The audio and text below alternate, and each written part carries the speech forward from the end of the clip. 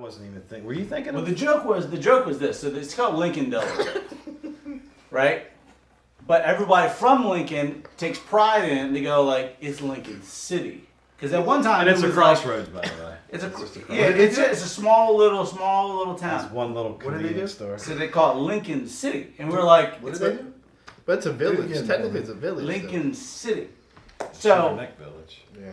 so it's kind of a little bit of like, oh, you're being ridiculous. You're having pride about. It's like having pride about like Houston or some of these little small little towns. Well, and our grandfather had a farm there, and there's a granary there. It's like the staple of the city, of Lincoln City. The railroad tracks, and Lincoln store. Yep. So one time it was Lincoln City. They stripped the city away because they were like, who are we kidding? It's just Lincoln. They do have a post office. Village. They do have a post office. Yep, and they have a fire department. Anyway, so we said, you know what? Lincoln City. Dollar General now. Yeah. Tom is loud. Tom's loud. But he's always been the show. So his little comment about being like, I don't know. Hopefully I'm good. Hopefully I'm all right. That's ridiculous. Yeah, we all know Tom's amazing. He's the man. No, I don't care who you are. Wait, no matter how good you are or how you still get nervous. Yes, well, at least I do. You know, Still play fast. You still work. Yeah, I still. You should be in a groove. Yeah, it almost turned. Our little rock hits are like speed metal sometimes. Right. You know. But you still get nervous. I mean, because there's always new people that you're playing to. It's not the same people you're playing to every time. But the music, every time we come here, usually on Wednesdays, this is where the world around you, you're trying to make sense of it. The music, writing songs, everything, this is where it all comes out. This is where you can kind of express yourself and escape. Shut your mind off, just and go into another world. And then you write songs that you're not even thinking about that. When by the time you start playing the guitar and all, you're like, you know what that made me think of? That's where you get the outlet of getting all that's other stuff that's in your brain. Creativity. Yeah. So you can be even keel, so you can be kind of level on your day-to-day life. This is the escape.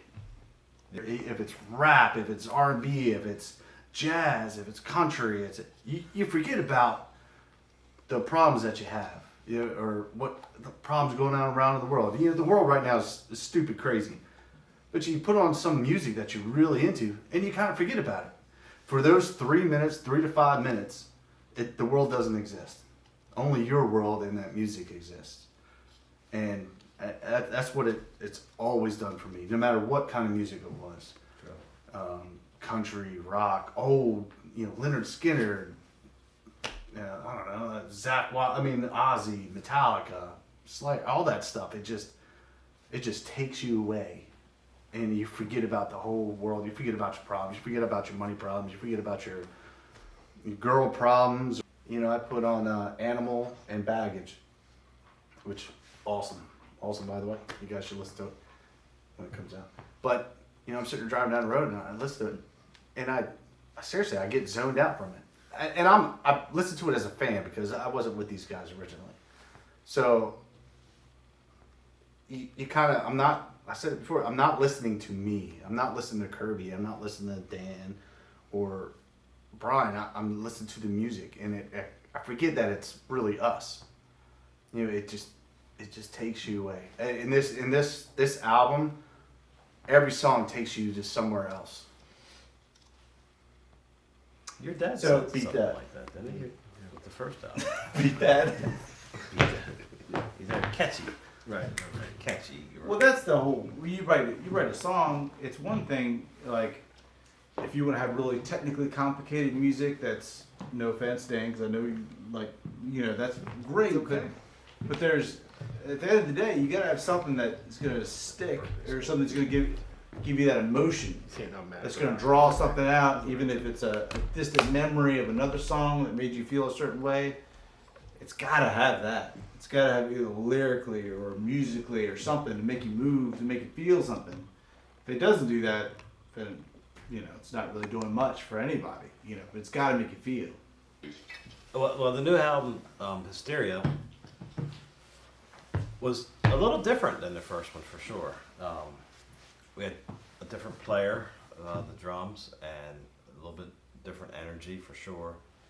But Kirby would send these demos every morning at 6:30. 6:30, maybe 1, 2, sometimes 3, and we would listen to them. And most times there would be no vocals, but sometimes there would be vocals.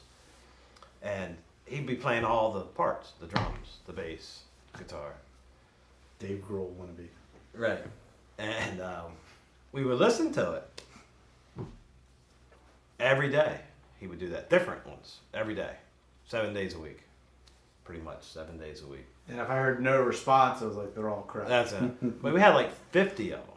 Well, I never responded. Sorry. Yeah, so there you go. And then we would get together by Zoom. We got together by Zoom. We got together by On the first album, yeah. on the first album. Okay, the second album we were all together here. But the process was like a learning curve for the first one. So the second one was definitely, I'd say, easier in that respect, but yet almost more exciting to do the first or the second one than the first one. It was different, and there's a lot of energy and a different meaning behind most of the songs. So that's probably 2 minutes. Yeah. Dan.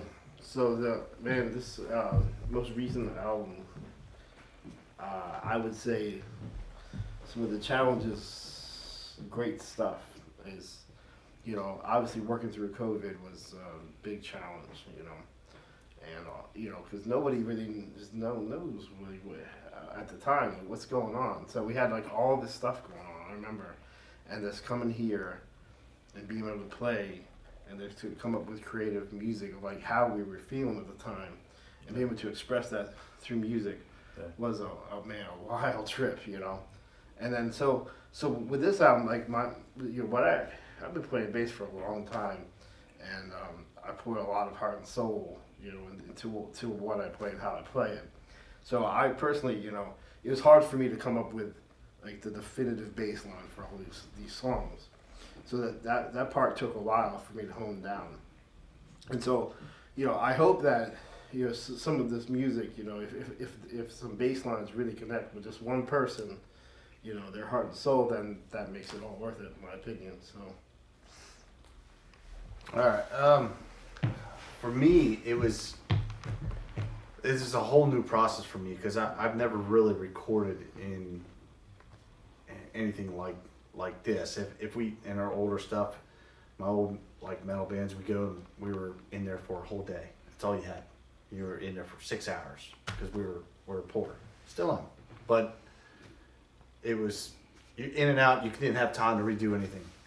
And so it was a different experience for me. It may have showed through some of the music, may not, I don't know. And then actually trying to be professional, which is hard for me to do. And then play with a click track, which he was very, yes, I would say adamant. This is what's going to happen. You're going to play with a click track. Sorry. That came from me too. I'm sorry. Yeah. Well, I'm just going to blame him. But Thanks. it was it was very difficult musically. It was different for me, and it was very tough. So I hope you can kind of appreciate, the music if you do it. It was easy, but it was very difficult. You come in here and we only play once a week. We come in here and you'd have to run through the whole song, go listen to it. No, I don't like that, so you'd have to go back and do it again. It was just You'd have to do your homework. you did. On the way here, on the way to work, because we all work jobs, full-time jobs. We got families, so it's very tough. And a lot of musicians can probably relate to that. And you'd have to sit there, and I'm sitting there driving down the road trying to figure out parts to play. Oh, I want to do this, this, and this. And then you go listen to this song. Oh, that's good. And then everybody's, yeah, it's great. And then you're just sitting over there like, man, I need to do that over. And then you kind of speak up, and I don't like that. And everybody's like, oh, great, here we go. Let's redo it. So it was a long process, especially only being able to do it once a day or once a week. But How long was the process? 6 months. 6 months. So the good part about it is that we got in the room when we knocked out all the songs as a band, worked out all the kinks, worked out, fine-tuned everything. What is that? No, you good. All right. Worked out all the kinks, worked out everything. As a band, added parts. Dan would write a bass line. I would write a lead line on the spot live in the room that would translate to the record. That was the cool part.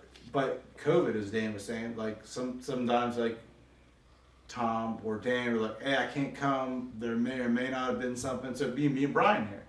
So I remember like Shadows was written. We wrote Shadows. We wrote Shadows on an acoustic, just sitting here like, well, let's do something. Let's write something. Well, let's make use of the time. So that was a song that came out of those experiences. But the challenge was that these guys are very good musicians, and they could hear so well. So when I was doing like the mixes of the record, I'd be like, well, what do you think? And they would be like, I don't know, I gotta redo the bass. And they'd be like, oh, let's redo the bass. And then we'd be like, oh, let's punch in a drum part. And which all makes a killer record. That amount of effort and that amount of detail, that which I appreciate, by the way, as opposed to me just taking a guess at what sounds good. I very much appreciate having the feedback from the guys. But like different from the first time is that when Brian was doing the vocal, it'd be me, Tom, and Dan in the room saying, do it again, a little more inflection here. Let's change the words around. Let's do, just trying to make it as best as we possibly could as a team, as opposed to just leave it on Brian's shoulders. Essentially, just do, Well, this album was different from the first because the first we never really played the songs together. The first time that Dennis heard the song was when we were recording it. Yeah. Right. Which is insane. That's So we played these songs. We kind of knew these songs. Played them live. We played them live, and that helped with the recording process for sure. There've been Is to give that back to people. We're not Pantera, or Metallica or any of those other bands, but we want to have that same experience with people. That's why you do it. That's why you write these songs. Yeah, you don't hold back on the stage. I go through 20 sticks a night. I got blood all over my head's there. I break cymbals. I mean, you just leave it all out there. It's just like being in sports. Leave it all out there. Oh, my name's Tom and I break shit. Kirby. Brian. Damn. Brian.